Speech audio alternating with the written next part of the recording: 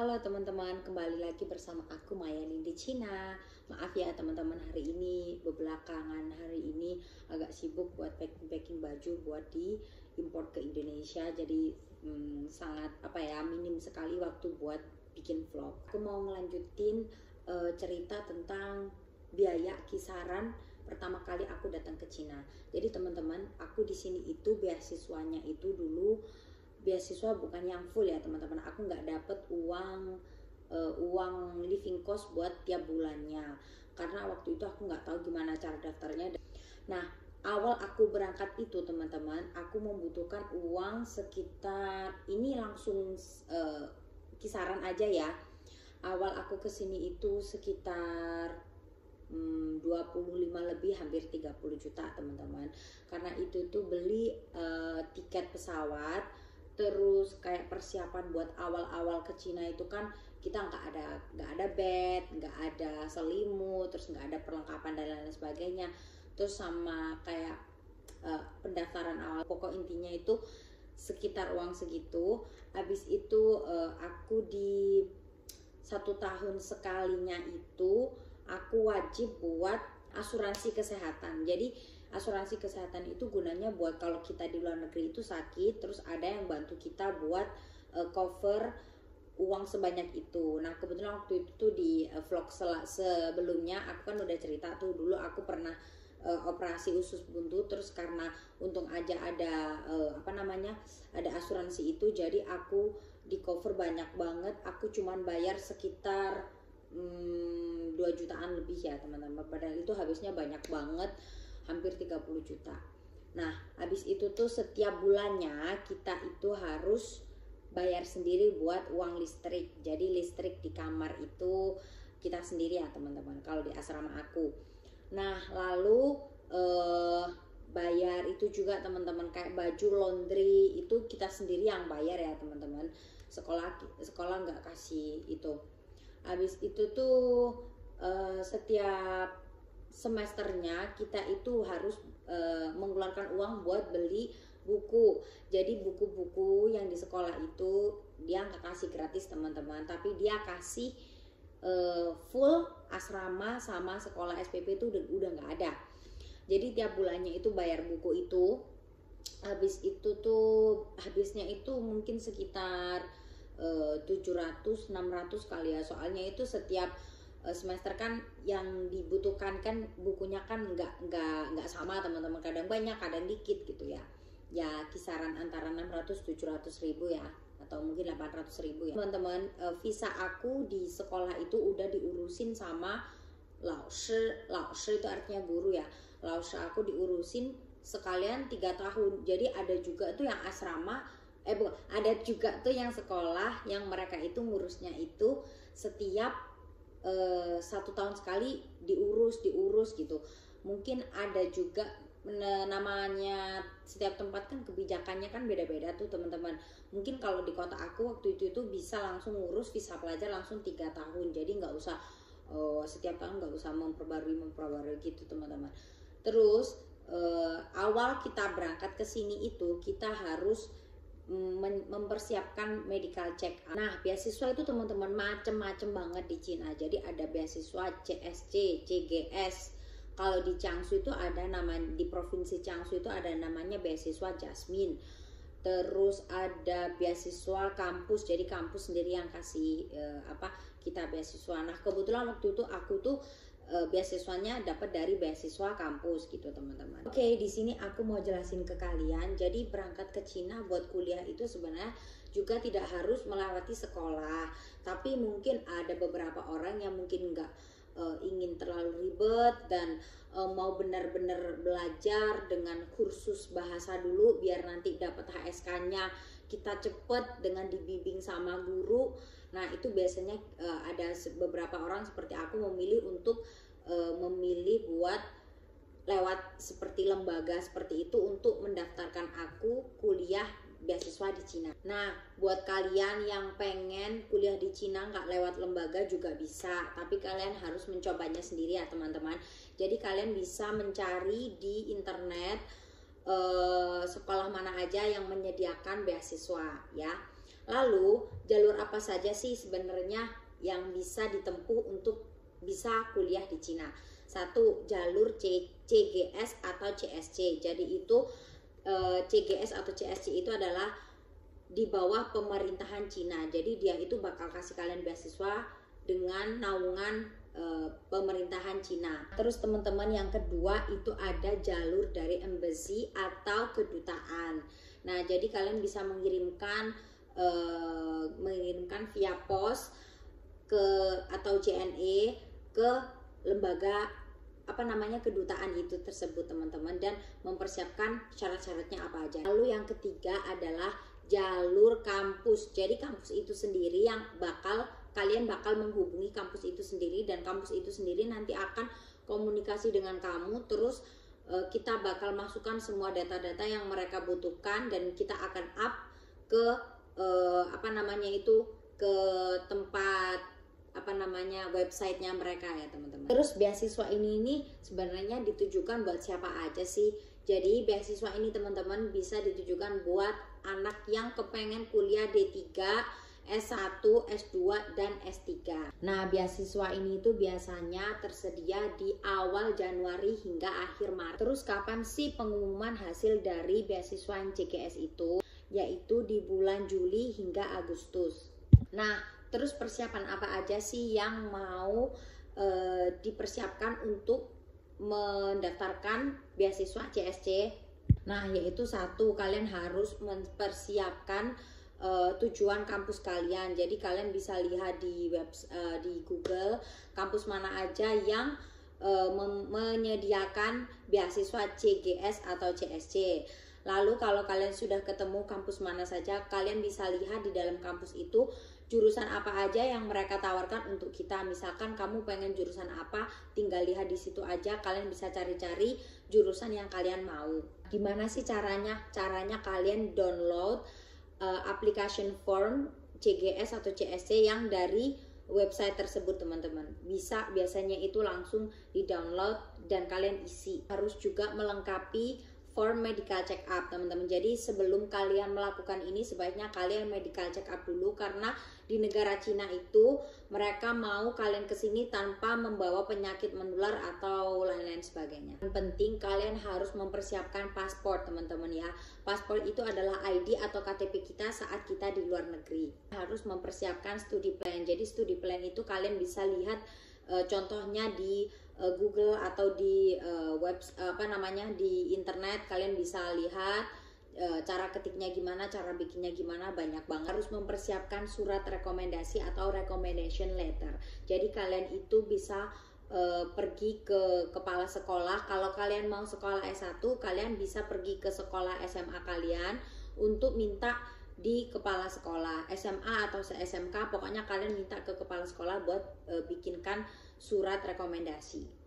Kalau buat kalian yang mau sekolah di S2 atau S3, kalian bisa minta surat rekomendasi dari dosen kalian yang kalian waktu sekolah di S1 itu. Nah, yang ketujuh, kalian harus mempersiapkan transkrip nilai. Jadi nilai-nilai kalian kalau kalian dari SMA, kalian harus mempersiapkan nilai-nilai tersebut. Lalu kalian harus notariskan, harus diterjemahkan ke dalam bahasa Inggris atau bahasa Mandarin, teman-teman.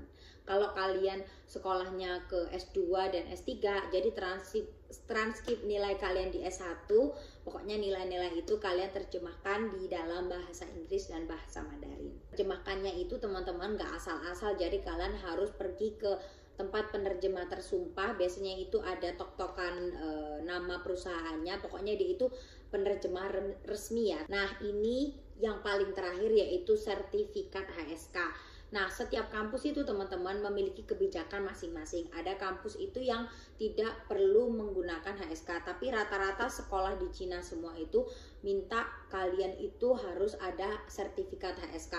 Entah itu HSK 3 atau HSK 4. Kalian itu harus menunjukkan sertifikat HSK tersebut dan dimasukkan ke dalam form yang ada di website mereka itu teman-teman. Kalau kalian daftarnya lewat kampus ya, maksudnya itu kalian daftar sendiri lewat online ya.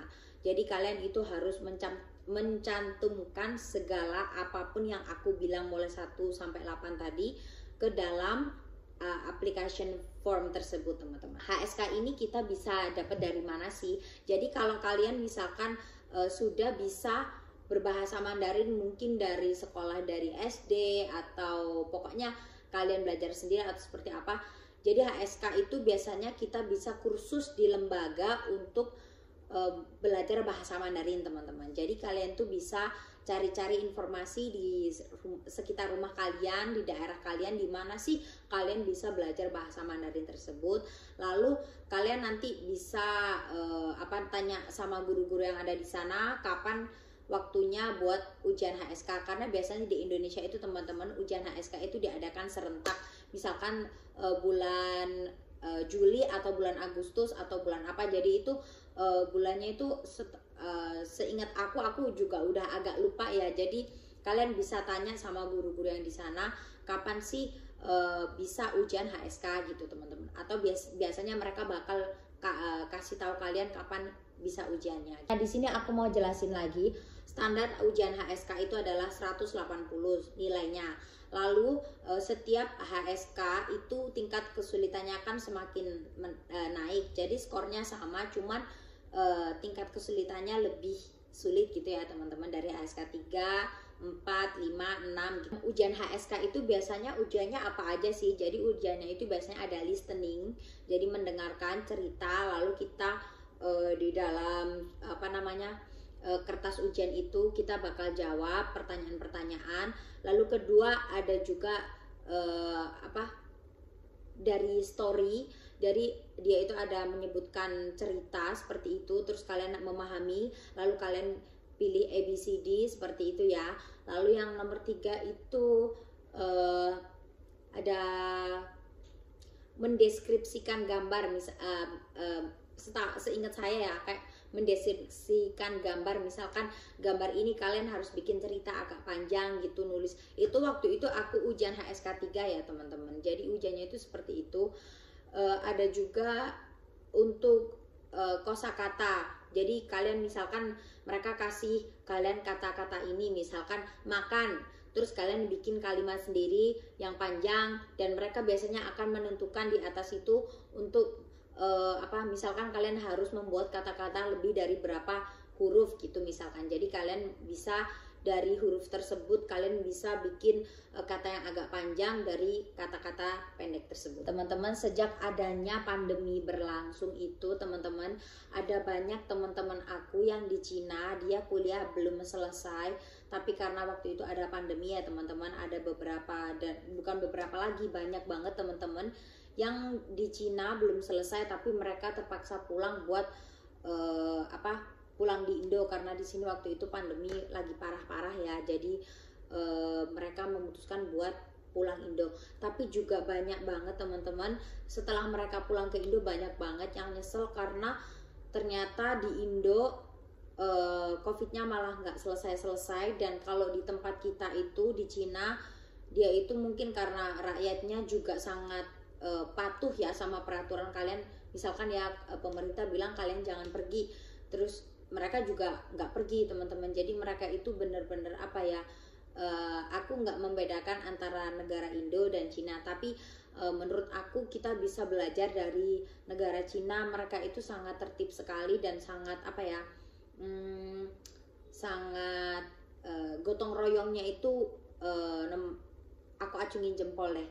Terus jadi mereka itu tuh punya prinsip gini, kalau ini penyakitnya udah selesai, pandemi segera berlalu, mereka juga bisa kerja normal seperti biasa teman-teman, dan ekonomi akan meningkat seperti biasa. Dan intinya seperti itu ya.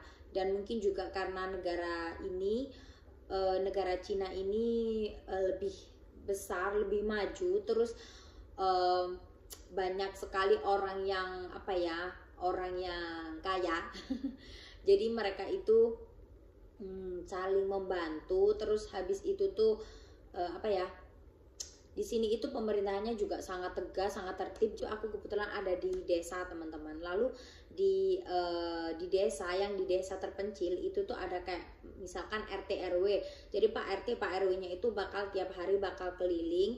Terus dia itu kayak ada di, kalau di sini kan kalau di Indo kan pakai WhatsApp ya teman-teman, kalau di sini mereka pakai WeChat. Di WeChat itu ada grup, jadi grup satu RT itu, jadi misalkan ya di rumahnya si A itu hari ini mau belanja apa aja, jadi mereka itu bantu kita buat belanjakan sayur-sayur ke pasar gitu. Jadi yang mewakilkan itu cuma RT RW, jadi nggak banyak orang, nggak semua orang keluar rumah, jadi nggak kekontrol gitu. Jadi mereka itu yang bantu kita buat beli-beli sayur dan ini. Terus ada juga bantuan teman-teman, tapi waktu itu aku nggak jelas itu bantuannya dapat berapa, aku juga kurang tahu. Terus di kota pun juga seperti itu, jadi ada perwakilan orang yang keluar, jadi nggak semua orang bisa keluar teman-teman. Dan keluar pun itu kalau misalkan benar-benar sakit, benar-benar yang udah parah, atau orang melahirkan, atau anak kecil yang udah kayak nggak bisa tertolong, harus ke rumah sakit, itulah baru bisa diizinkan keluar. Dan di setiap daerah itu teman-teman, dari misalkan dari jalan sini ke jalan sini sampai ngepung orang biar gak bisa keluar, itu tuh ada pemerintahan dari pemerintahan kecil-kecil seperti RT RW misalkan ya. Jadi mereka itu kayak kasih palang gitu biar kita nggak bisa keluar, dan kita bisa keluar itu ada surat yang nanti bakal orang RT atau RW yang bakal ngeluarin surat itu kalau kita dibolehkan buat keluar. Mungkin ada sesuatu yang harus keluar, misalkan melahirkan atau sudah sakit sangat parah gitu. Dan orang sini tuh teman-teman kalau merasa dirinya nggak enak badan, nggak fit, itu mereka tuh langsung hubungin langsung hubungin pihak yang berwajib biar dia cepet diambil, cepet diobatin, nggak sampai nular ke anak, cucu dan lain-lain sebagainya teman-teman. Seperti itu. Jadi kalau di sini itu setahu saya ya, kalau kena penyakit itu tuh, virus itu tuh, mereka nggak ada malu, nggak ada kayak disembunyikan atau seperti apa. Kalau di Indo ya setahu aku tuh kayak agak ada beberapa orang yang mungkin menyembunyikan aku punya ini, jadi orang-orang di sekitar, anak, cucu dan tetangga mungkin bakal tertular juga. Sebenarnya aku kurang mau ya membahas tentang ini, mungkin ada orang yang agak sensitif tentang ini, jadi aku cerita sampai sini aja. Udah gitu, dari tadi itu cerita dari kampus, tamasya sampai cerita ini ya teman-teman. Jadi sekarang untuk visa pelajar sekarang, setahu aku sekarang ini masih sulit buat pergi ke Cina. Atau ada juga kok yang sudah bisa berangkat, cuman itu mungkin dia daftar sendiri dan sudah memenuhi syarat, dan ada mungkin syarat-syarat lain yang sudah bisa diperbolehkan ke sini, mungkin sudah vaksin tahap 3 atau tahap apa, aku kurang tahu ya teman-teman. Nanti di lain vlog mungkin aku akan kasih tahu kalian perkembangan kuliah di sini seperti apa ya teman-teman. Terus teman-teman yang mau daftar silakan bisa cari di online, atau kalian bisa juga pergi ke lembaga yang ada di sekitar kalian. Kalau kalian masih di sekitar Jawa Timur atau daerah Surabaya, kalian mau belajar bahasa Mandarin atau HSK, kalian bisa hubungi saya di di Instagram saya teman-teman. Nanti aku akan kasih kalian tunjuk di mana aku dulu kuliah bahasa itu dengan lingkungan yang sangat bagus, guru-gurunya juga sabar, dan pokoknya bagus deh, mantep banget. Kalian yang tertarik bisa hubungin Instagram aku ya di sini. Ini aku sibuk urus-urus baju, mungkin aku nggak tiap hari bakal bisa upload video. Dan terima kasih buat kalian yang sudah mengerti tentang keadaan saya di sini. Jadi sangat sibuk sekali teman-teman, dan baju-baju semua saya yang handle, dan kadang dibantu suami. Jadi maaf jika mungkin aku nggak bisa setiap hari upload video. Udah gitu aja video sampai sini. Terima kasih yang telah menonton, semoga bermanfaat. Buat yang mau kuliah, catat dan lakukan ya teman-teman. Udah video sampai sini dulu. Terima kasih yang telah menonton, semoga kalian suka. Bye bye.